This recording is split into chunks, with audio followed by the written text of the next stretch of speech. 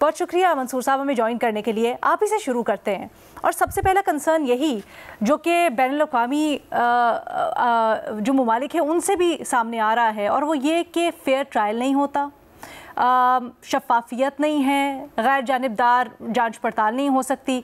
इस वजह से जो मिलिट्री ट्रायल्स हैं उनमें नहीं होने चाहिए, ख़ासकर मे 9 के तनाजुर में। आपका क्या ख्याल है, कितना वज़न है इस राय में? अलीना साहिबा, आपकी जो बात है ये रेस्ट करती है बेसिकली उन 3 प्रेस रिलीज़ पे जो यूरोपीय यूनियन, अमेरिका और बरतानिया ने गुज़श्ता दिनों में किए हैं about military courts in Pakistan.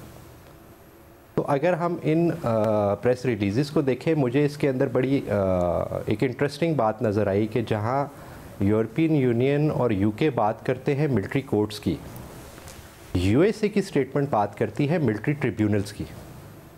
और ये बड़ी इंटरेस्टिंग फैक्ट है। वो कहते हैं जैसे चोर की दाढ़ी में तिनका होता है ना, अमेरिकन्स भी लिख सकते थे military court. Why they have written military tribunals? क्योंकि फैक्ट ये है कि इस वक्त भी मिलिट्री ट्रिब्यूनल्स अमेरिका के अंदर काम कर रहे हैं और उनको अदालती प्रोटेक्शन है फ्रॉम अमेरिकन सुप्रीम कोर्ट। और मेरे ख्याल में इस पर रीमा उमर साहिबा भी बेहतर रोशनी डाल सकेंगी। तो मुझे ये बड़ा इंटरेस्टिंग फैक्ट लगा कि जहाँ पे ICCPR का जिक्र करती है यूरोपियन यूनियन और यूके, उन्होंने बिल्कुल एक लीगल प्रोफेशनल डोमेन के अंदर प्रेस रिलीज़ दी। अमेरिकन स्टेटमेंट जो है वो ट्रिब्यूनल्स के ऊपर बात करती है। तो जो वो खुद कर रहे हैं वो दूसरों को कैसे रोक सकते हैं? अच्छा, जहाँ इसके अंदर सबसे इम्पॉर्टेंट ICCPR का आर्टिकल 14 है। आर्टिकल 14 को अगर लीगल पैराए के अंदर देखा जाए तो वो कुछ राइट्स की बात करता है जो कि मजमूई तौर पे 7 है।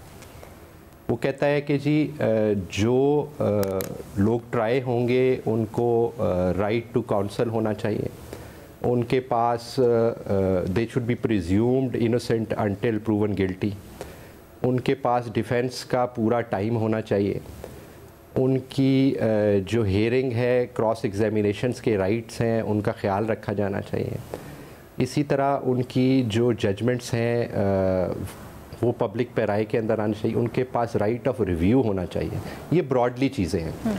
इसको अगर आप देखें तो ये सारी चीज़ें जो एक मिलिट्री कोर्ट का ट्रायल होता है उसके अंदर ये सारे के सारे अवामिल का ख्याल रखा जाता है।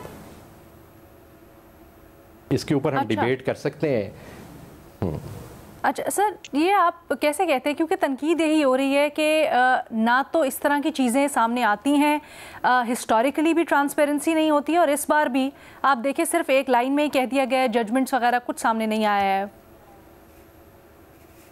देखिए, मैं चूँकि इस अमल में हिस्सा ले चुका हूँ इसलिए मुझे जनरली उनकी वर्किंग का अंदाज़ा है। अब जहाँ तक बात है जजमेंट की, तो आई बिलीव कि जब ये कन्विक्शन होती है और ये हैंड ओवर किए जाते हैं टुवर्ड्स जुडिशल कस्टडी अपने सेंटेंसेस को गुजारने के लिए, तो वो शॉर्ट ऑर्डर दे के किए जाते हैं बग़ैर कागज़ के, तो वो पुलिस को हैंड ओवर ही नहीं कर सकते। तो जो लोग ये कह रहे हैं कि कोई ऑर्डर पब्लिक नहीं हुआ, ईदर आई पर्सनली बिलीव कि they have no knowledge how the system works और दे हैव नॉट चेक्ड। हम आपसे यही रहनुमाई लेना चाह रहे हैं, प्रोसेस भी बल्कि आपसे समझना चाह रहे हैं। अच्छा, एक चीज़ मुझे और बताइएगा कि आप समझते हैं कि 9 मई के जो मुल्ज़िमान हैं उन सिविलियंस के ऊपर आर्मी एक्ट अप्लाई करता है और उनका ट्रायल होना चाहिए फ़ौजी अदालतों में?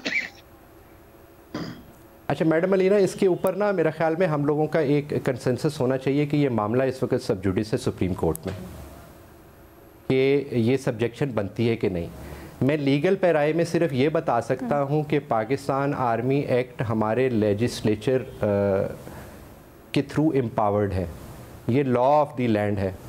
इसके अंदर एक सेक्शन एग्जिस्ट करता है 21D जो कि ये पावर देता है आर्मी एक्ट के अंदर कि वो लोग जो आर्मी एक्ट के अंदर नहीं आते उनको ट्राई किया जा सके।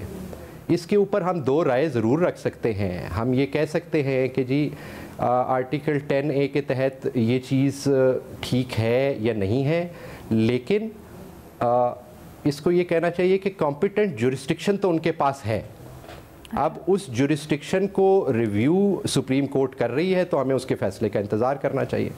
ठीक है। अच्छा रीमा, जुरिस्डिक्शन तो 9 मई के मुल्जिमान को ट्राई करने की है फौजी अदालतों में, आपका इसके ऊपर क्या मौक़िफ़ है और अभी जो दलाइल दिए मंसूर साहब ने उनसे इत्तफाक करती हैं?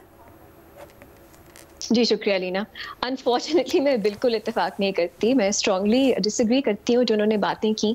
लेट्स स्टार्ट विद ICCPR या फेयर ट्रायल। देखिए, फेयर ट्रायल का बुनियादी एक फंडामेंटल प्रिंसिपल है इंडिपेंडेंट, इम्पार्शियल और कॉम्पिटेंट अदालतें। इंडिपेंडेंट, इम्पार्शियल और कॉम्पिटेंट, और इसकी आपको बहुत ज़्यादा डिटेल में तशरीह मिल जाएगी जो ICCPR की जो कमिटी है, UN की ह्यूमन राइट्स कमिटी, जो तशरीह करती है इन ट्रीटीज़ की, उसने दिया है बहुत बार अपनी जनरल कमेंट्स में कि इंडिपेंडेंट का क्या मतलब है, इम्पार्शियल का क्या मतलब है और कॉम्पिटेंट का क्या मतलब है। जो मिलिट्री कोर्ट्स हैं उसमें जो ऑफिसर्स होते हैं जिन्होंने डिसीजंस लेने होते हैं वो इंडिपेंडेंट नहीं है, वो आपकी एग्जीक्यूटिव का हिस्सा है, वो सर्विंग ऑफिसर्स हैं, वो मिलिट्री हायरार्की का हिस्सा है।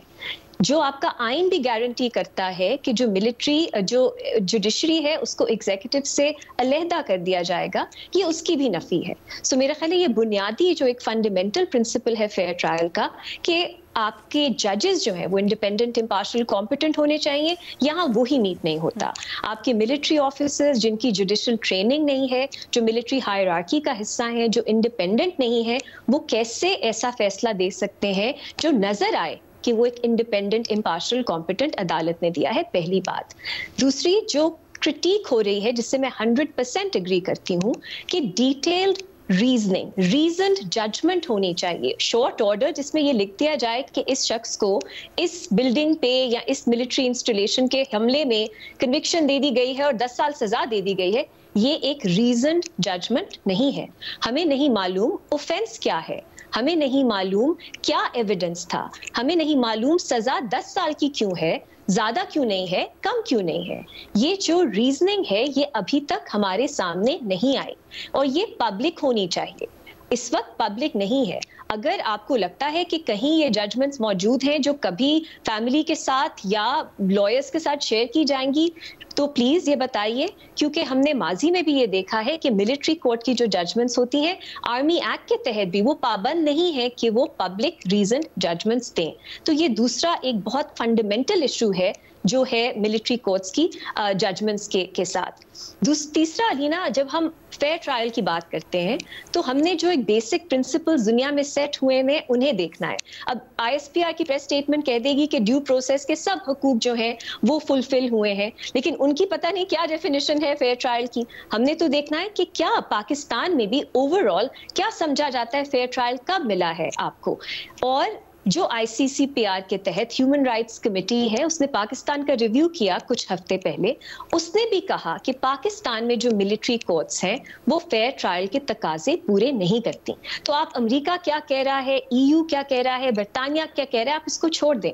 उसमें आप पॉलिटिकल एनालिसिस कर सकते हैं कि वो क्यों स्टेटमेंट्स हो रहे हैं, इट्स इररेलेवेंट। जो वो बात क्या कर रहे हैं, ये UN की ह्यूमन राइट्स कमेटी ने स्पेसिफिकली पाकिस्तान के कॉन्टेक्स्ट में इस पे एक हतमी कंक्लूजन दे दिया है फेयर ट्रायल के तकाजों को सामने रखते हुए कि ये ट्रायल्स वो पूरा नहीं करते। So I think we can put this to rest कि आप बाकी एक पॉलिटिकल आर्ग्यूमेंट कर ले, लेकिन फेयर ट्रायल जो यूनिवर्सली अंडरस्टूड है वो ये ट्रायल्स मीट नहीं करते। और स्पेसिफिकली आप जो फौज के हायरार्की में लोग आते हैं, फौज के डिसिप्लिन में आते हैं, उनके लिए आप एक इस तरह का पैरेलल सिस्टम चला सकते हैं, लेकिन सिविलियंस जो उस पैराहे में नहीं आते, जो उस हायरार्की, उस डिसिप्लिन में नहीं आते, उनके ट्रायल्स आप मिलिट्री कोर्ट्स के जरिए नहीं कर सकते। ये ह्यूमन राइट्स कमेटी ने भी कहा है, ये उनकी कंसिस्टेंट ज्यूरिस्प्रूडेंस रही है और ममालिक को जब वो असेस करते हैं उसके बारे में भी। दूसरी चीज, आपने कॉम्पिटेंस की बात की, आई डिसएग्री। मेरा ख्याल है ये एक सीरियस सवाल है कि क्या इस सिचुएशन में 9-10 मई के जो अटैक्स हैं उनमें मिलिट्री कोर्ट्स की ज्यूरिस्डिक्शन बनती है कि नहीं बनती। आर्मी एक्ट क्या कहता है? 2 सिचुएशंस हैं जिसमें मिलिट्री कोर्ट सिविलियंस को ट्राई कर सकते हैं। पहली है कि वो आर्मी ऑफिसर्स को अपनी ड्यूटी के खिलाफ सड्यूस करें या अपनी एलिजेंस के खिलाफ सड्यूस करें। वो यहाँ पे इन लोगों के खिलाफ जिनको सजाएं हुई हैं उनके खिलाफ ये एलिगेशन नहीं है, ओके, अभी नहीं है। दूसरा ये है कि ऑफिशियल सीक्रेट्स एक्ट जो एक मुख्तलिफ अलग कानून है, उसमें अगर मिलिट्री से जुड़े कुछ क्राइम्स हैं, उसकी एलिगेशंस हैं, तो तब मिलिट्री कोर्ट्स आपको ट्राई कर सकती हैं। अब आप मुझे बताइए, इन प्रेस स्टेटमेंट्स में कहीं बताया है कि ऑफिशियल सीक्रेट्स एक्ट की वो कौन सी प्रोविजंस है जिसकी खिलाफ वर्जी हुई है? क्योंकि ऑफिशियल सीक्रेट्स एक्ट नाम से ही नजर आता है, ये एक एंटी एस्पियोनाज कानून है। इसकी जो ज्यादातर प्रोविजंस है वो जासूसी से रिलेटेड है कि आप मिलिट्री इंस्टॉलेशंस या बाकी सेंसिटिव इंस्टॉलेशंस में जासूसी नहीं कर सकते। इसके अलावा कोई कम्युनिकेशन जो आपको दी गई है, क्योंकि आप एक पर्टिकुलर पोजीशन में है, वो आप किसी अनऑथराइज्ड तरह से शेयर नहीं कर सकते, सो ऑन, तस्वीर नहीं ले सकते, इस तरह के ऑफेंसेस हैं उसमें।